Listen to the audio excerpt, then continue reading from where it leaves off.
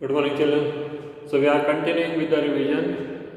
Yesterday I taught you what are the various experiments of photosynthesis, and then we have also done the nutrition in amoeba.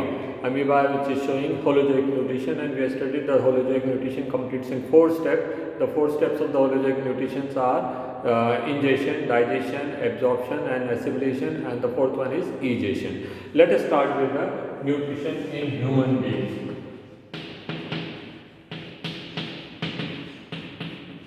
Nutrition in human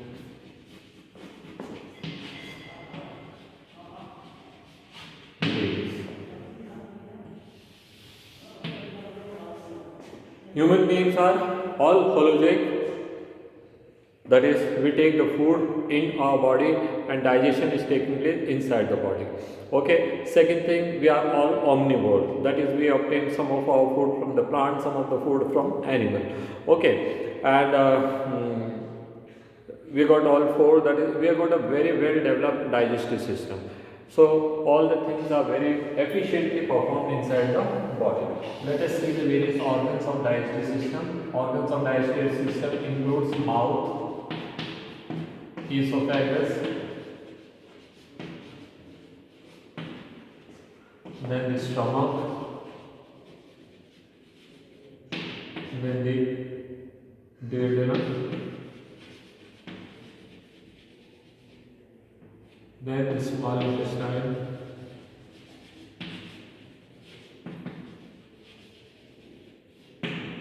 and the large intestine,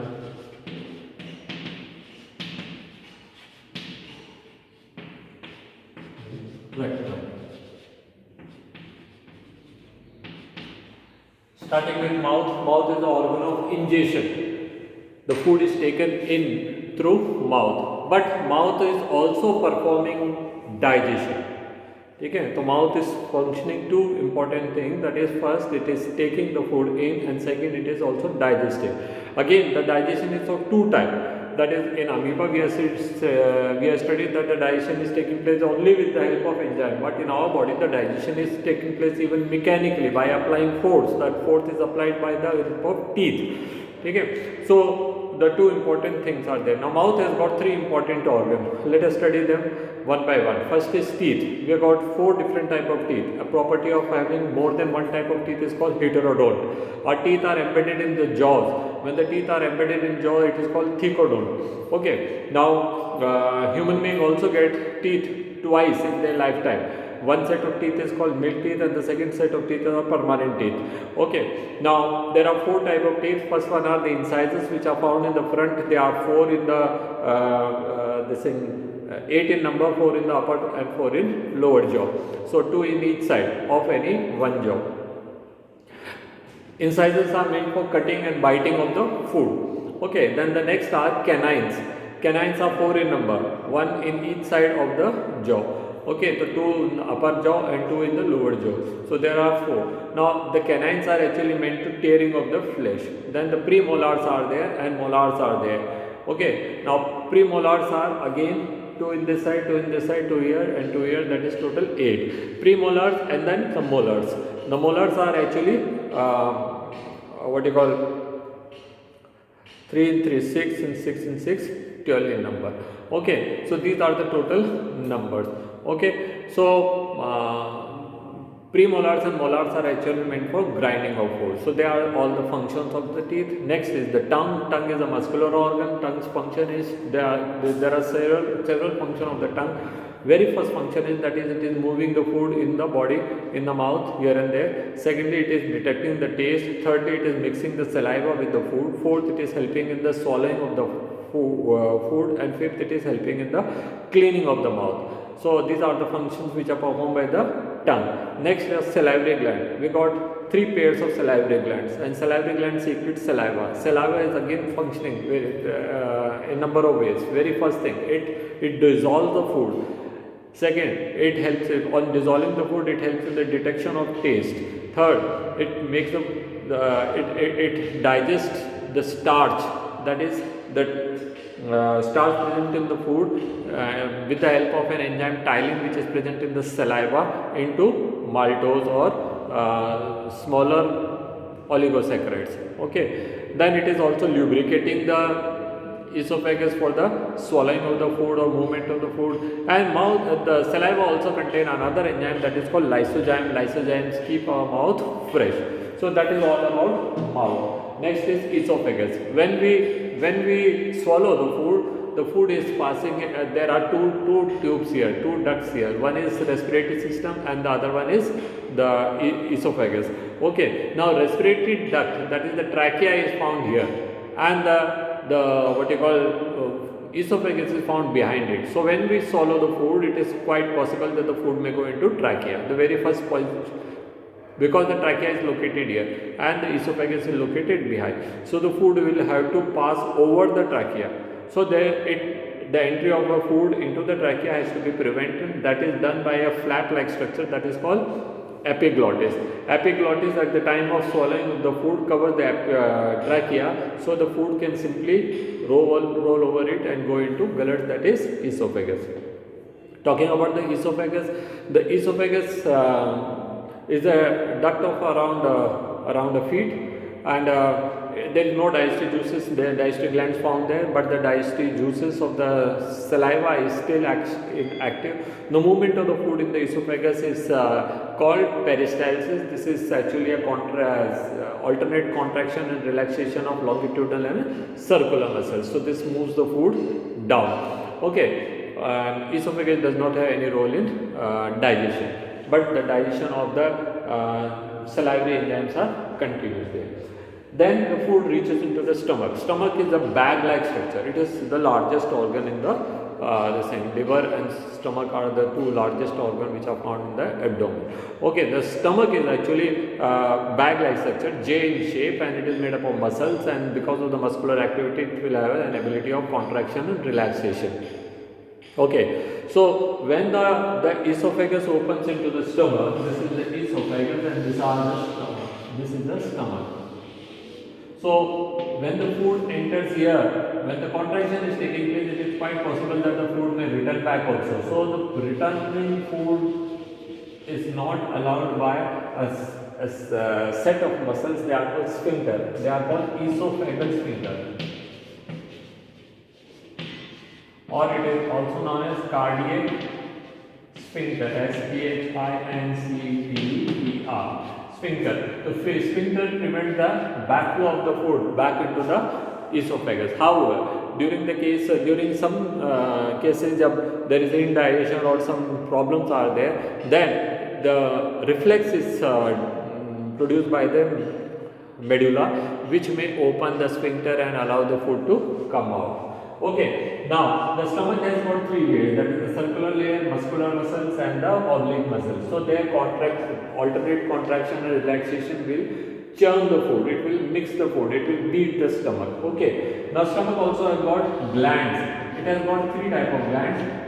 The first is mucus secreting gland, then oxyntic gland which secretes hydrochloric acid, oxyntic gland which secretes hydrochloric, and the chief gland which secretes enzymes. Mucus is the slimy substance which is actually found and which is found in the forming a inner layer with a protective layer. So the food is here, and the juices are secreted here. The juices should not come in contact with the stomach wall. If it comes in the contact with the stomach wall, it will digest the stomach wall itself, because the stomach wall also is made up of proteins and lipids. Okay, so that is protected by, as we protect the iron rods with the help of paint, similarly these layers are protected by the slimy substance that is called mucus. Okay, and mucus is continuously secreted, so as it goes, new layers will come and it will prevent the digestive enzymes to act onto the stomach wall. Also the hydrochloric acid. So mucus is having a protective role. Secondly, it also has a slimy substance, so it will allow the movement of the food easily. Second is oxyntic gland, which secretes hydrochloric acid. Hydrochloric acid has several functions. Very first thing is that it kills the germs present in the food. Secondly, it converts the medium of food to acidic. Thirdly, the protein digesting enzymes which are secreted in the stomach are all in the inactive form, and they become active only when they come in contact with hydrochloric acid. So that in the absence of hydrochloric acid, the protein digesting enzymes will remain inactive and they will not be able to work on proteins. Or if there is no food, no protein, then these enzymes will start to work on the digestive system itself. So that is why it is there to protect the food. So these are the functions. It is killing the germs. It is making the medium of food to acidic. It is activating the inactive protein digesting enzymes, and also it helping in some way for the digestion. You know, if you got water and you got acid and you put one piece of chapati in both, acid will break it faster. Okay. Chief gland is actually secreting two important hormones, that is pepsinogen, lipase, and another enzyme is there which is found only in the children or those people who are continuing to drink milk right from the childhood, that is called renin. Talk about the pepsinogen. Pepsinogen is a protein digesting enzyme which is secreted in the inactive form. When the word "jan" is there, that means it itself is not an active thing, it will generate something else. So pepsinogen generates pepsin when it comes in contact with the hydrochloric acid of stomach. Okay? So pepsinogen, which is secreted in the inactive form, when comes in contact with the hydrochloric acid, changes to pepsin, and pepsin is an active enzyme which work on the protein and break them into peptones and peptides.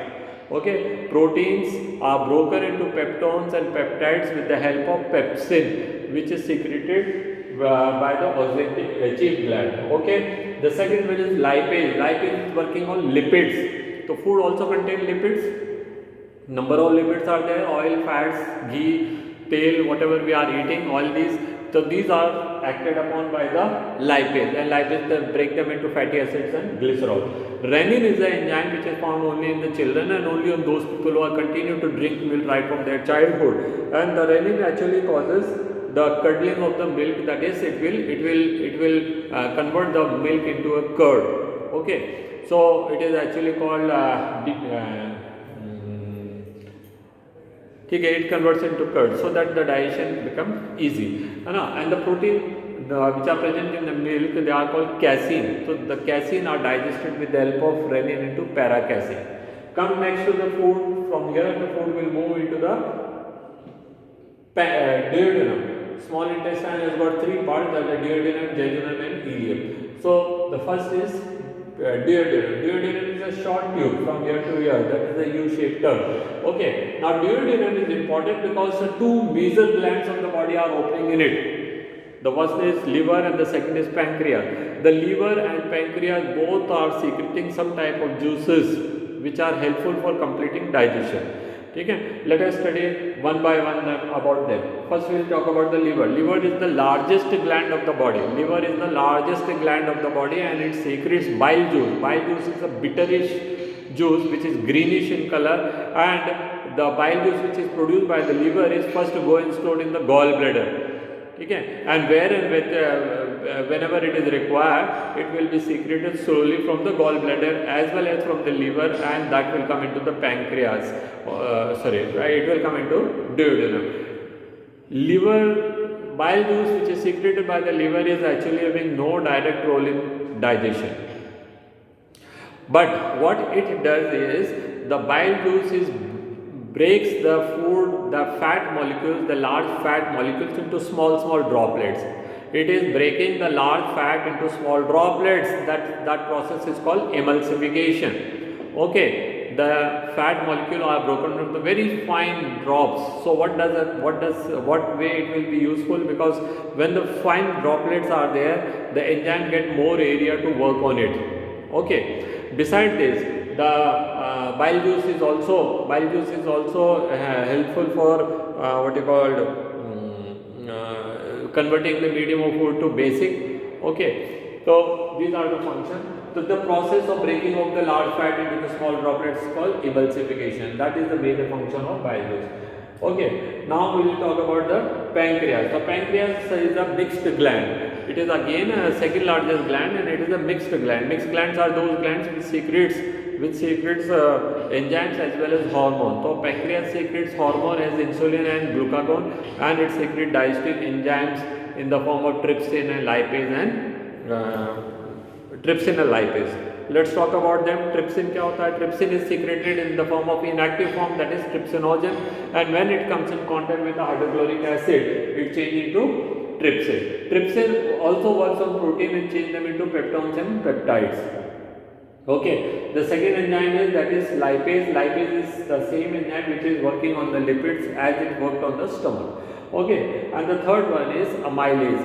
Amylase works on the starch and break them into smaller molecules. Okay, now as the food is digested here, it will move. The movement of food is same as we have studied in the esophagus, that is by the peristalsis, that is by the alternate contraction and relaxation of the stomach and the longitudinal and circular muscle. Now the food will come into the small intestine. Small intestine also secretes large number of digestive enzymes in many different forms and which complete the process of digestion.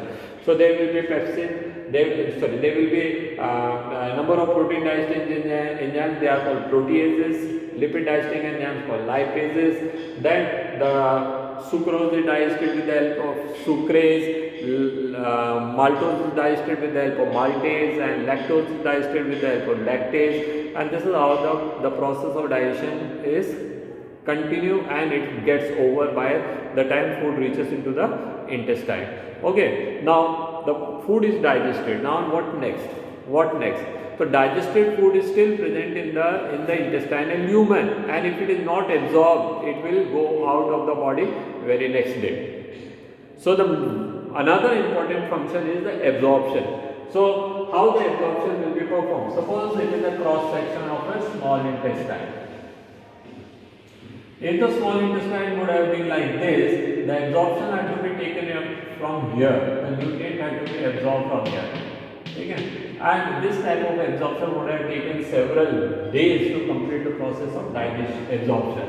So what we find that the intestine is not like this. Rather, intestine has got large number of finger-like projections. These finger-like projections are known as villi. What villi do? Villi increases the surface area to many times. If you have got a towel, and on the towel you must have seen several such fibers are there. These fibers are doing what? They are increasing the surface area, so that absorption of water after bath is more efficient in compared to the plain clothes. Suppose I try to wipe myself with the help of this hanky, and at the same time the same size of turkey hanky is there, on which the fine fibers are there, then the efficiency of it will be far less than that type of towel, because that has got more thread, more surface area. Okay, so the same way it is actually increasing the surface area. When the surface area is increased several hundreds of times, then the efficiency of the absorption also increases. Inside the villi there is a rich network of the blood capillaries, and the absorbed nutrients are actually going into these capillaries only. Okay, so the glucose move from the higher concentration to lower concentration by a process called diffusion and goes into the blood, and from blood it goes into the mainstream of the blood. But we know diffusion can only be continued till the concentration equalizes. So there will be a time come when the concentration of nutrients inside the lumen and inside the blood becomes same, identical. Then the process of diffusion will stop. But the digested food still contain large amount of nutrients. So it should not be, or it cannot be let out. So what is the next thing is that the body start absorbing digested nutrients by active absorption. Active absorption is the process in which the ATP are required to be spent. We have studied passive absorption, that is diffusion. Diffusion does not require any energy. If you remember the definition of diffusion in the class 9th, we have studied the movement of random movement of the fluid particle from a region of higher concentration to lower concentration till concentration equalizes. It is a random movement. In this there is no energy required, and it can promote only, or it can continue only when the concentration difference is there. There is more concentration one side and less concentration is other side, and it should be fluid particles. not the solid particles. Not that this duster is more here and it will come into my body because there is less dusters in my body, or it is not that that mobile which is recording video will have more mobile particles there, and that is the body of the mobile which is made up of glass and plastic and some metal. They are more there and they are not in my body, so the glass will jump into my body, or the say, okay, only the fluid particles moves, that is the water or the gases, etc., liquids and all. They can only move from a region of higher concentration to lower concentration, and when this concentration, these particles are moving across the membrane, then we call them as a diffusion, then we call them as a osmosis. Okay, so that's the thing, how the digestion is completed in the small intestine. Once the digestion is completed, then the food started moving in. So first the movement of the food is passive, in which the energy is not required. Then later on the food is moved with the help of active absorption, where ATP is required. Okay? Human intestine is somewhere about 6 meters long. Such a long intestine is required in order to perform the absorption efficiently. Okay? And it has got large number of villi, and on the villi large number of microvilli are there. All together these are increasing the surface area of the intestine to several thousands of times. So even if we take 1000 times, that means the 6 meter is actually 6000 meter or 6 kilometer. So the 6 meter length of the intestine is having an efficiency equal to the 6 kilometer of intestine. Okay, so had the villi been not there, your intestine would have to be such a long, and such a long intestine means how much area would have been required. Moreover, the food today we ate, how many days later it would have come out, and how much food we had to keep in our body, and there are a number of complications which are unimaginable, and that is why efficiency is increased by providing large number of what you call villi. So with this, the food from the small intestine now goes into the large intestine. At the junction of small intestine and large intestine, there is a finger-like appendix is called appendix. This appendix is actually of no function in human being. It was functional in our ancestors who used to eat all the vegetables, grass, etc. And for them, there used to be some microbes residing in this, and now those microbes used to help in the digestion of their cellulose. Since there is no much cellulose present in our food, so we are not very much requiring this. Then the food comes into the large intestine. Large intestine performs 4 important functions. Very first thing, it stores the food till it goes out. Secondly, it reabsorbs the water.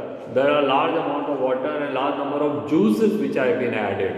Juices are in the form of saliva, in the form of hydrochloric acid, in the form of chief glands, digestive enzymes, and then in the bile juice and the pancreatic juice and the intestinal juice and all. These all juices added lot of water into our food. Plus the food itself contains water. So this water has to be reabsorbed. The reabsorption of water is mainly done in the large intestine. Okay, large intestine also houses large number of what you call bacteria. These are symbiotic bacteria. They are living in a relationship of mutual benefit to one another. So symbiotic bacteria, that is which are found in the large intestine, helps in the formation of vitamin B and vitamin K. So these vitamins are actually made with the help of these bacteria. Thirdly, large intestine also helps in absorption of minerals. Large number of minerals are absorbed here.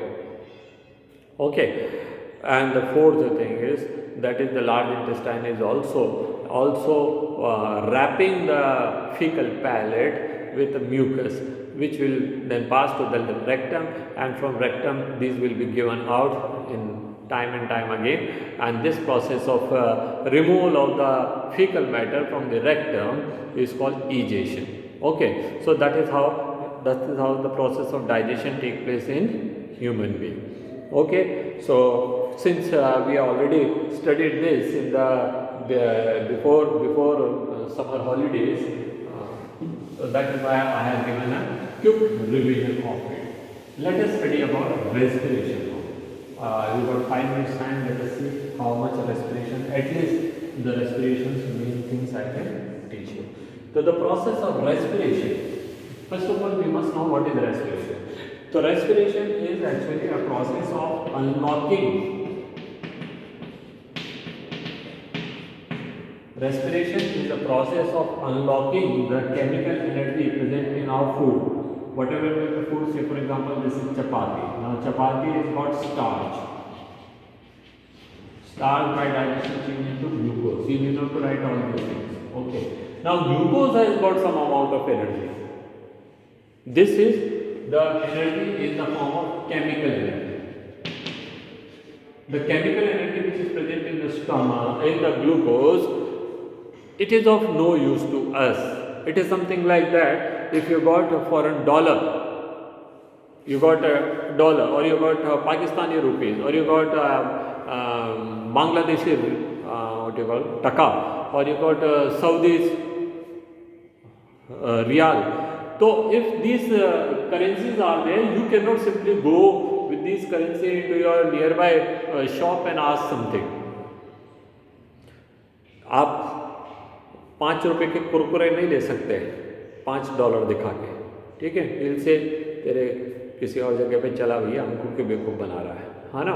तो they will not even if they know the value of a dollar, then also they will not take, because dollar is not a currency which they can use in our country. For that you will have to go abroad, और you will have to deposit in the bank where they will ask you documents. भैया कहाँ से आए आपके पास, ठीक है. So that is the reason. So आपको क्या करना पड़ेगा, उस डॉलर को कन्वर्ट कराना पड़ेगा into rupees. Suppose you got this dollar because someone of your relative is staying abroad. So at the time they are coming from other country here on the airport or in some of the banks, they can go show their valid passport and they can get converted into rupees. Okay. Similarly, when we are eating food, it has got energy in the form of chemical energy, but this chemical energy of no use to us. We got our own currency in the form of ATP. So we have to convert the chemical energy of glucose or proteins or fats or DNA or any other molecule into ATP. Who will do that? Who will convert the chemical energy of food into chemical energy of ATP? This is done by a process, respiration. And where is respiration taking place? Respiration is completing 2 steps rather than respiration completing 3 steps.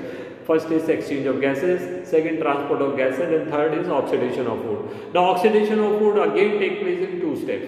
That is, first is anaerobic respiration, that is called glycolysis, and second is aerobic, that is called Krebs cycle. So we will just pay attention on that third part, that is the respiration. The respiration is completing in 3 steps, and again on the basis of the type of organism, we have got 3 different type of respirational processes, pathways. So pathways of respiration I am teaching you here, children. This is glucose. Primarily our body uses glucose. So if the choice is available to the number of type of things, the body will always switch over to glucose. The glucose in the cytoplasm change into pyruvate or pyruvic acid, and in this process oxygen is not required. This is taking place in cytoplasm, and 2 molecules of pyruvates are formed. Along with this, 2 ATPs are formed. Halanki we are not writing here because this is not the end process. Pyruvates are not the end product. Now the pyruvates can change into either lactic acid or ethanol. So when they change into ethanol, they even give carbon dioxide. So 2 molecules of methane and 2 molecules of carbon dioxide plus 2 molecules of ATP are produced. And for this process also don't require oxygen. And this process is taking place in certain microorganisms like yeast. This is called fermentation. And आजकल तो आप जानते हैं how important ethanol is, because all the sanitizer which you are using in your day-to-day life are all made up of ethanol. The second process is anaerobic respiration. In those organs where the oxygen is insufficient supply. insufficient oxygen. In that case, it produces into a 3-carbon compound called lactic acid. Lactic acid. And 2 ATPs are produced, no carbon dioxide. Okay? But this lactic acid is a problem because it is acidic in nature, it changes the pH and it causes inflammation, and because of that we get tired. So it is not a preferable process. This is preferable, yet this is not a preferable process. However, the most advanced type of respiration is there in which 6 molecules of oxygen will be used, and this will be performed in mitochondria,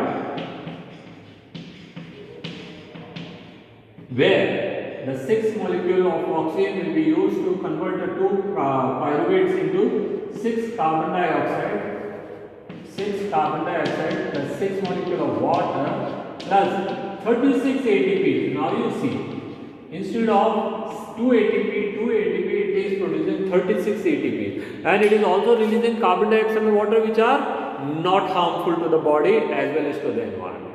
So this is the most efficient process. Now you can prepare a table of differences that is the end product is, first ATP produced 2 ATP, 2 ATP and 36 ATP.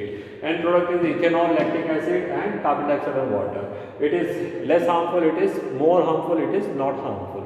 Okay, carbon dioxide produces only 2 molecules here, no production, and here 6 molecules. Okay, and this is found in all the lowermost organisms like bacteria and yeast. It is found in all the higher organisms, insufficient supply of oxygen during insufficient supply of oxygen, and it is found in all the higher organisms. Okay, in which oxygen is not required, oxygen is required.